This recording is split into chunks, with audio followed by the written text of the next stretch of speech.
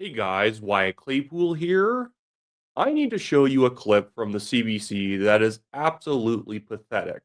So, former Conservative MP Peter MacKay was on Power and Politics, hosted by David Cochrane, and they were discussing Pierre Poilievre, the current leader of the Conservative Party, saying that former Prime Minister Justin Trudeau should have been criminally charged for the SNC Lavalin scandal. And he said that the RCMP effectively helped Trudeau cover it up. Now, the CBC is all offended by this and acting like it's a completely insane thing for Poilievre to say, mostly because current Prime Minister Mark Carney and the Liberal government is doing really, really bad, and so the CBC needs a cheap thing to take a shot at Pierre Poilievre for. So I want to take you guys through this and just demonstrate how absurd this is to pretend like anything that Poilievre said was offside in any way. And then I want to talk about a few other things in this video, including just a mini breakdown of the Calgary mayoral debate that happened yesterday. By the way, if you live in Calgary, I have a link in the description below, as well as a link pinned at the top of the comments if you want to check out my endorsement list. There's also some mayoral endorsements for some other cities like Red Deer, Cochrane, Airdrie, and Medicine Hat. And I think I said Edmonton. Maybe I didn't say Edmonton, but that should all be there. And of course, guys, if you like the show, make sure to leave a like on this video. Subscribe if you are not yet a subscriber. We are trying to hit 100,000 subscribers before mid-December of this year, or I owe all my friends dinner. And right now, it looks like I'm really going to be owing them dinner. So make sure you subscribe if you're not subscribed yet. And then, of course, leave a comment on what you think about all this. And of course, I want to give a shout out to CBC Watcher, who does a great job of clipping things from the CBC and posting it on X for us to all watch, because obviously there is way too much mainstream media coverage for us all to watch all day long and finding the dumbest bits of it. But here we go. Here is David Cochrane going after Pierre Poilievre and pressing Peter MacKay on the issue. Another issue that was raised at this press conference today that I want to kind of pivot to, it is something that the Conservative leader said in a recently released podcast interview where Pierre Poilievre had some not so nice things to say about the RCMP, comments that the RCMP commissioner responded to today. Have a listen to this.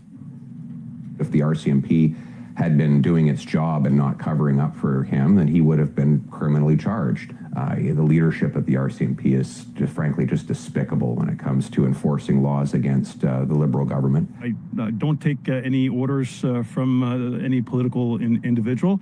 And as far as his comment with regards to senior management, I would invite Monsieur Poilievre to meet with us and to meet with the people who run this great organization. Okay, I should clarify. The him that Pierre Poilievre was talking about was Justin Trudeau. And the allegations is that the RCMP covered up crimes by the Trudeau government and called their leadership despicable. Commissioner Drouin was deputy commissioner at the time.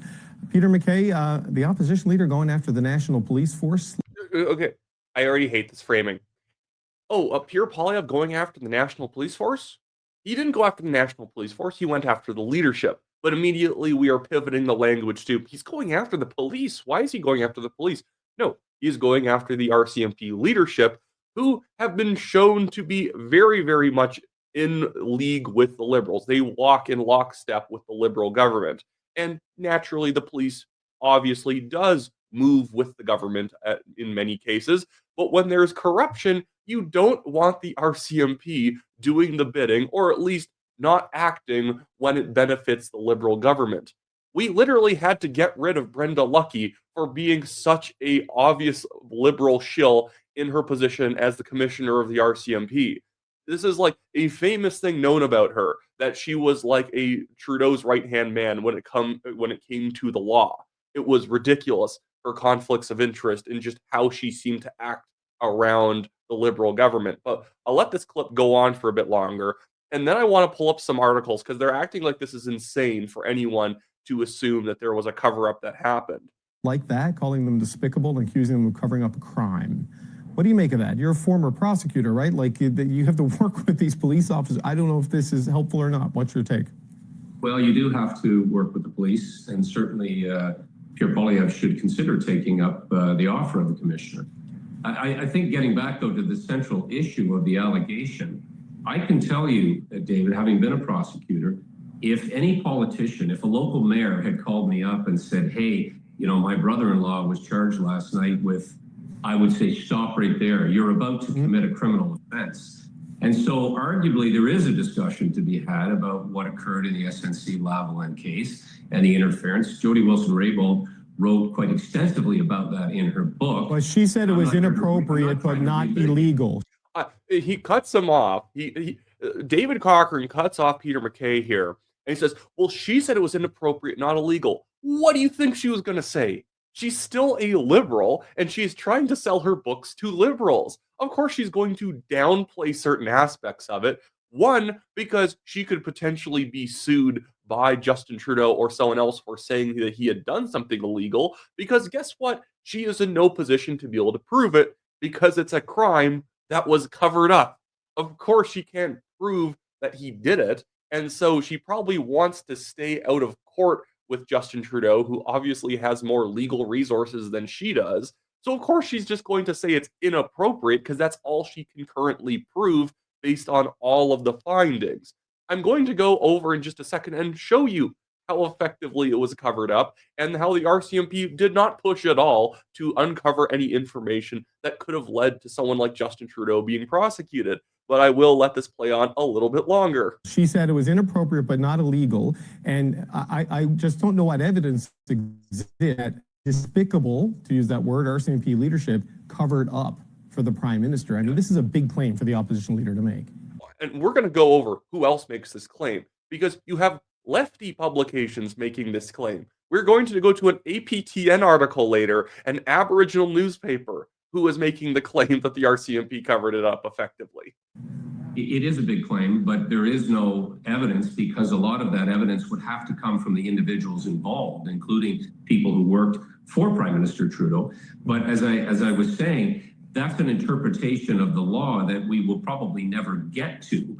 But we do know certain facts, that there was an effort to have the Attorney General of Canada reverse a decision taken by a regional, in this case of Quebec, prosecutor around a deferred prosecution agreement. I know a little bit about that particular legislation because we drafted it before we left office. Yes. And so that legislation specifically lays out any type of influence, calls, or coercion against a prosecutor, and in this case, it went through the Attorney General of Canada. So inappropriate is a broad word. Criminal is another, much more difficult standard to meet. Sure. But I think much of what Pierre Poilievre has said stems from that particular pass that was given to then Prime Minister Justin Trudeau.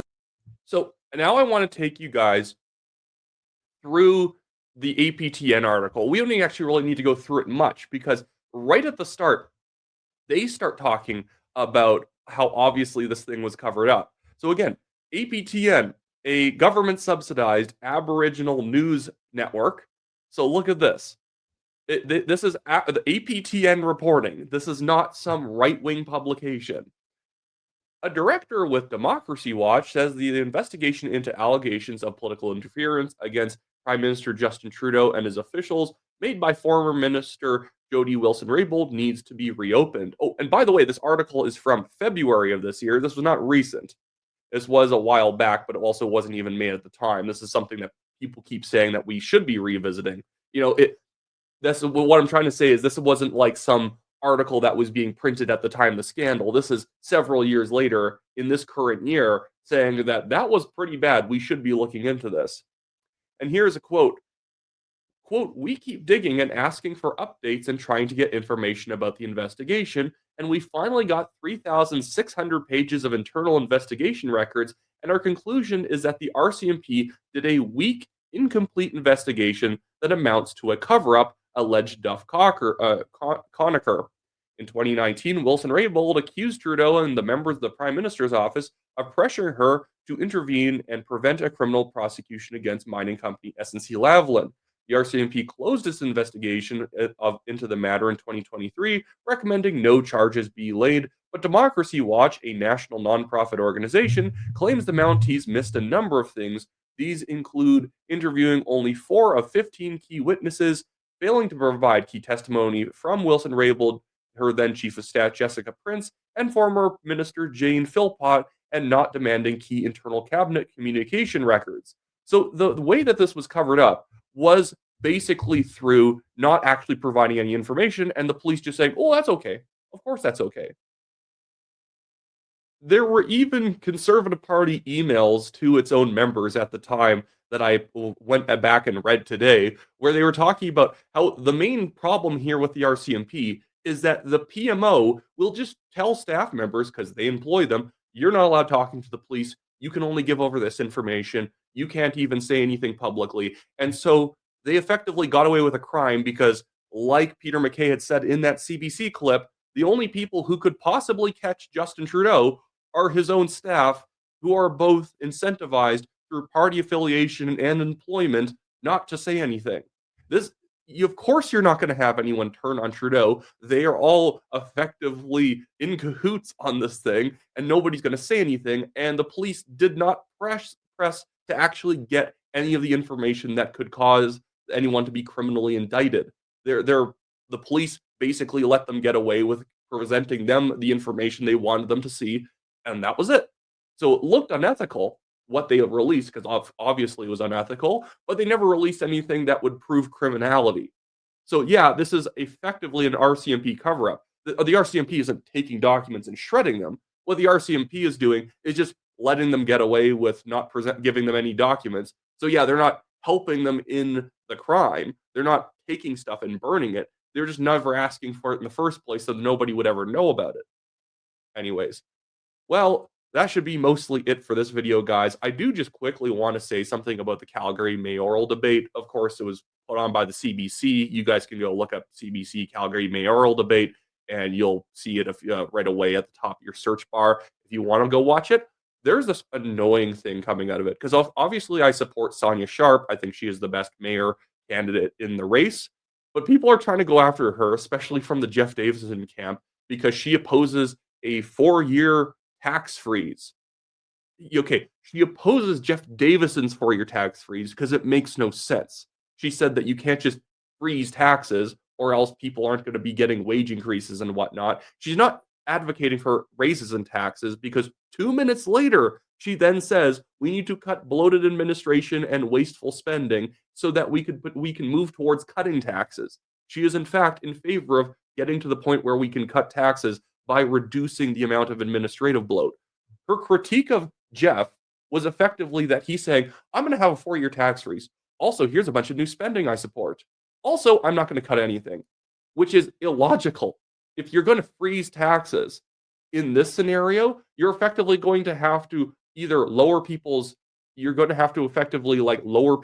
incomes in order to then pay for all the new things you want to do, or completely freeze out all pay increases that have been planned within the budgets. That's the only way you're going to do it. That was her critique, is that his tax freeze plan doesn't actually make any sense. So I'll probably do maybe a debate breakdown later on. It was a bit sluggish because I find that they keep asking the same questions every single debate. Obviously, I think Sonia's still the best. She's very good on crime. She's very good on wanting to repeal blanket rezoning, and her wanting to cut administration is amazing, because nobody else wants to do that. Even Jeff Davison, who's pretending to be a conservative in this race, despite voting for every tax increase when he was a councillor between 2017 and 2021. You can't even make it up. But check my endorsement list out in the description below, pinned at the top of the comments. If you're still looking for candidates in your area, I go mayor, councillor, as well as school board trustee. And with that, thanks guys for watching. Like, share, subscribe, do all that fantastic stuff, and I'll see you guys later.